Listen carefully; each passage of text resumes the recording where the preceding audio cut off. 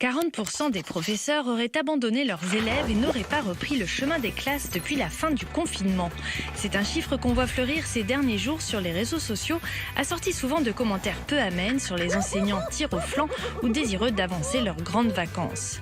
À l'origine de cette polémique, un chiffre donné par le ministère de l'Éducation estimant que sur la semaine du 5 juin, entre 55 et 60% des professeurs étaient devant leurs élèves à l'école primaire et au collège. Ce qui fait donc entre 35 et 40% d'absents, ont rapidement calculé certains.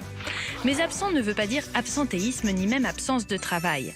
En effet, cette situation est pour l'essentiel un effet direct du protocole sanitaire prévu par l'Éducation nationale qui impose des règles strictes de distanciation sociale et empêche encore la réouverture d'un certain nombre de classes. Ce qui ne veut pas dire qu'ils ne travaillent pas puisque la majorité de ces professeurs absents continuent en réalité d'enseigner à distance comme lors du confinement. À cela s'ajoutent les cas de professeurs ayant des problèmes de santé, ceux vivant avec une personne vulnérable ou encore ceux qui doivent garder leurs enfants et sont autorisés à continuer le télétravail.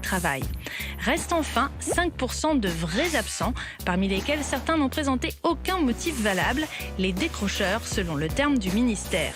Une minorité donc bien loin des 40% dénoncés par certains internautes.